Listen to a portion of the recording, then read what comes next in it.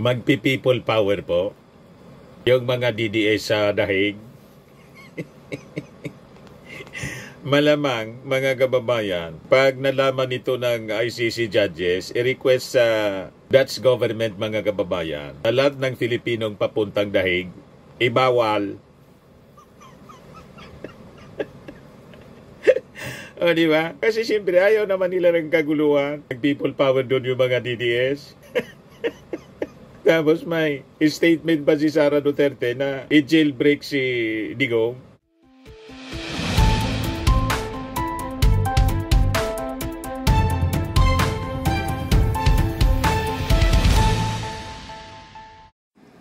Hello po mga kababayan, si Dante Maravillas, Bicolano vlogger, broadcast journalist from Albay. Bigyan ko po kayo ng update mga kababayan sa kaso Crimes Against Humanity ni Digong sa International Criminal Court. Kasi sabi dito sa balita, Duterte lawyer drops disqualification bid versus ICC prosecutor. Ano niya, Mr. Maravillas, ang masasabi mo? Malamang natunugan na hindi pabor ang magiging desisyon ng mga ICC judges sa petition for disqualification. Kaya hindi na lang pinos ni Attorney Kaufman yung disqualification case. Di ba? Bakit naman mga kababayan bibitawan yan nung disqualification case kung positibo?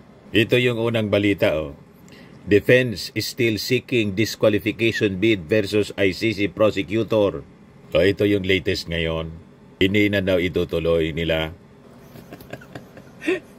Tama ba yung ating analysis? Walang rason na sila mismo yung magsasabi na hindi na natin na niya itutuloy. Alams na pag ganyan mga kababayan. Natunugan nila na hindi favorable yung magiging desisyon ng ICC judges. Malamang pati sa petition for interim release.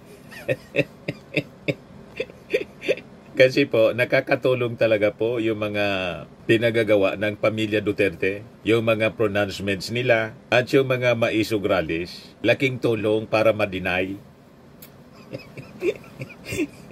Ngayon nga may bagong sinabi si Sara Duterte. Tatakas daw nila si Digong, jailbreak. I-jailbreak anya natin.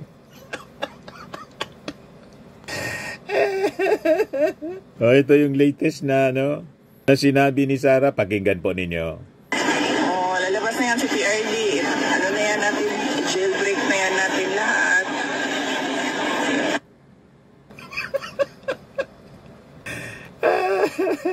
Siguro ang sakit ng ulo niya, Attorney Kaufman. Hindi man niya mapigil yung bibig ni Sara Duterte kasi bratinela.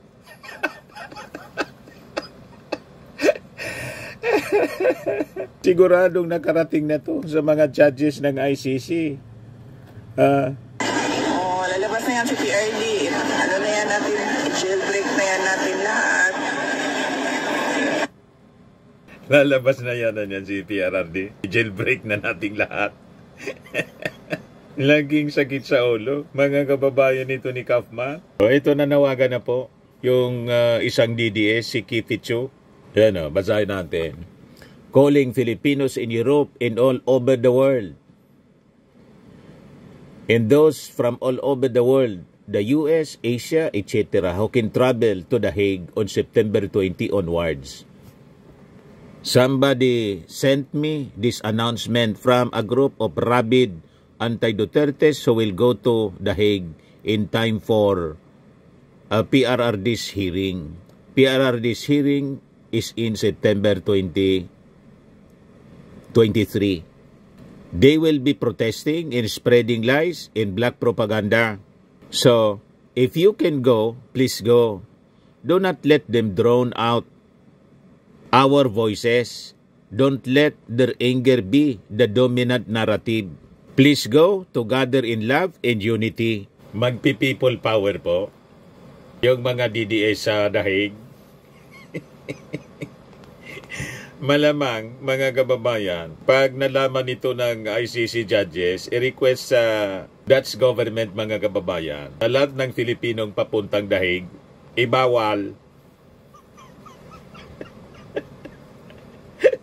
O, di ba? Kasi siyempre ayaw naman nila ng kaguluhan. Nag-people power doon yung mga DDS.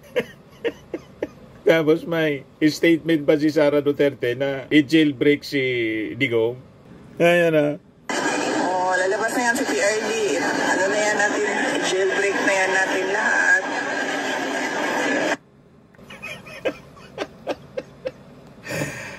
Di ba, mga kababayan? Tingin ko, joke-joke lang ito ni Sara Duterte na may kahulugan. Baka coded statement niya, coded messages para ito na nga po ang reaksyon ng mga DDS. Gustong lumusob doon. Gagayain yung people power. Sisimulan nila September 20. Ang iring September 23. So 3 days sila na titipon-tipon sa dahig.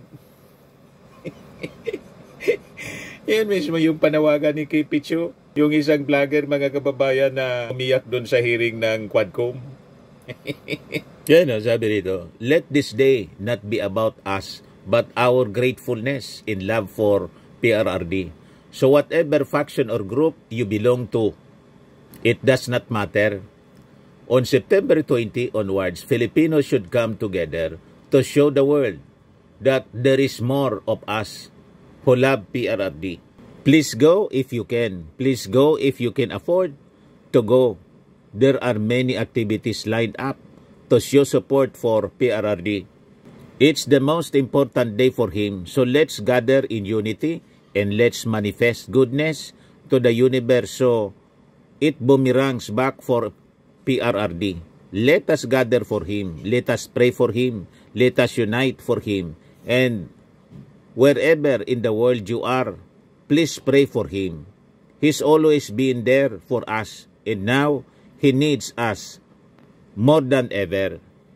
Sila na mga malalapit, na mga vloggers, na mga personalities sa dating Pangulo at kay Sara, siguradong paid yung kanilang plane tickets at hotel accommodations, foods, etc. Baka may envelope pa pag pumunta sila doon. Pero yung mga OFWs, sinasabi nila na pupunta doon, kanya-kanyang baon, kanya-kanyang gastos. Ganon ang strategy, mga kababayan. Pero yung mga malalapit, si Banat Bay nandun. Alangan man gumastos yun ng sarili niyang pera. Dikit na dikit sa mga Duterte.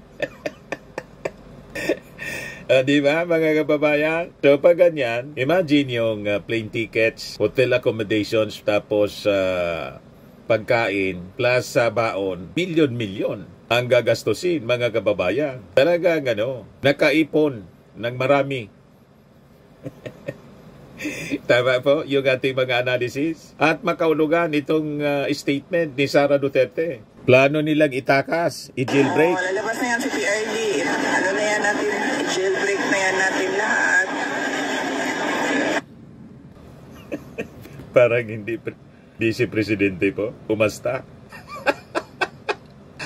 You see? Ito yung mga developments ng balita. Exactly 303 drug war victims apply to participate in Duterte ICC case.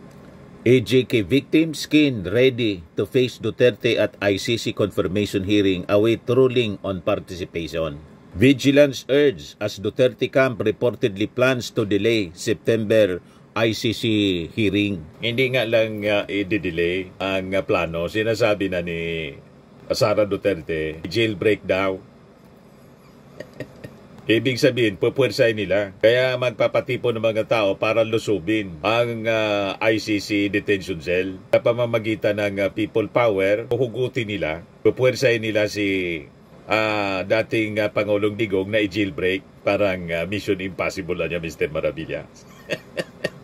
Mission impossible po. Oh, lalabas na yan si PRD. Ano na yan natin, jailbreak na yan natin lahat. Coordinated na siguro sa mga kaibigan nila kung sino. May aeroplano na siguro na kay standby. Talaga niya, Mr. Maravillas, mission impossible. Paano yun gagawin? May kasabwat siguro na mga high-ranking officials sa dahig. That's government para magawa nila yan. Di ba? So ito, sabi po ng National Union of People's Lawyers, NUPL, and advocacy group Rise Up for Life for Rights through lawyer Cristina Conti, They are wary of a legal obstacle cited by Duterte's defense team in a previous submission regarding the September 23 confirmation of charges hearing. Sabi ni Atty. Conte, dapat maging mapagmatsyag tayo sa anumang magdidiskaril o mag-uudlot sa proseso. Sa diwang ito, binibigyan diin ng mga biktima ang pagtutol sa pansamantalang paglaya o interim release ni Duterte. The confirmation of charges hearing scheduled at The Hague, Netherlands will determine if there is sufficient evidence to proceed with a trial against Duterte for crimes against humanity. The victims, according to the statement, are prepared to confront the memories of the killings and abuse that occurred during his presidency. Handa na ang mga biktima na harapin si Duterte sa ICC at kumprontahin ang mga alaala ng malagim na patayan at pang-abuso na naganap sa pamumuno niya. Puhaw tayo sa katotohanan at pananagutan, bitin tayo sa paglilitis na disinsan ay pantay at patas, sabi po nila sa statement. Sa lagay ngayon, ang kaso ni Duterte sa ICC ay isang natatanging pagkakataon para makamtan ng hustisya, hindi lang para sa ilan, kundi para sa nakakarami o nakararami. So yan mga kababayan, andang-anda na yung mga AJK victims. So ito po ang mangyayaring proseso, paliwanag hinggil sa pag-aresto ng International Criminal Court kay Rodrigo Duterte batay sa kanyang warrant of arrest na isinapubliko at isinalalim sa Tagalog ng International Criminal Court. Pansariling pananagutan sa krimen ni Duterte, inutusan ni Duterte ang DDS at membro ng pulisya na pumatay. May makatarungang ebidensya na itinatag ni Rodrigo Duterte ang Davao Death Squad or DDS at pinamumunuan ito habang siya ay alkalde ng Davao City at presidente ng Pilipinas ayon sa pre-trial chamber. Yung basihan naman ng crimes against humanity, ipinakita ng ICC pre-trial chamber na ang mga pag-atake ay hindi hiwa-hiwalay na insidente kundi bahagi ng isang malaganap at sistematikong polisiya laban sa mga sibilyang Pilipino. Mga kontribusyon ni Duterte sa extrajudicial killings, pagdidisenyo at pagpapalaganap ng oplantokhang, pagtatatag at pangangasiwa ng DDS at pagbibigay sandata at iba pang kasangkapan, pag-uutos at pagbibigay paintulot para sa marahas na gawain laban sa mga pinagdududaang kriminal, kasama na ang mga nagbibenta at gumagamit ng druga, pagtatalaga ng mga pangunahing tauhan para mga siwa sa krimen, pagbibigay ng pinansyal na benepisyo at promosyon sa mga pulisya at mamamatay tao para pumatay ng pinagdududahang sangkot sa druga, pampublikong pahayag na nagbibigay paintulot sa pagpatay, pagbibigay paintulot sa iba pang aktor ng Estado sa kampanya kontra droga. Si Duterte ay tinuring na indirect o co-perpetrator dahil siya ang nagtatag, nag-utos at may kontrol sa DDS at mga pambansang ahensya. Intensyong gumawa ng krimen, pinatunayang hindi aksidente o kapabayaan ang mga krimen kundi sinadya at alam ni Duterte ang epekto ng kanyang mga aksyon. Pangangailangan sa pag-aresto, hindi asahang susunod si Duterte sa ICC kung ipapadala lamang ng subpena, kaya't kailangan siyang arestuhin para matiyak ang kanyang pagharap at upang protektahan ang mga saksi at biktima. Pansariling pananagutan sa krimen ni Duterte, may kontrol at impluensya si Duterte sa DDS at polis at sinusunod nila ang kanyang utos kahit na simpleng paywatig lang. Pinal na pa siya ang pinal na hatol ng Kamara, mandato ng pag-aresto laban kay Duterte para sa crimes against humanity, murder bilang indirect co-perpetrator. So yan po ang mga paliwanag hinggil sa pag-aresto ng ICC kay Digong. So ito, panibagong hiwatig mga kababayan, mula naman sa bibig ni Sara Duterte mismo. Lalabas na yan si PRD.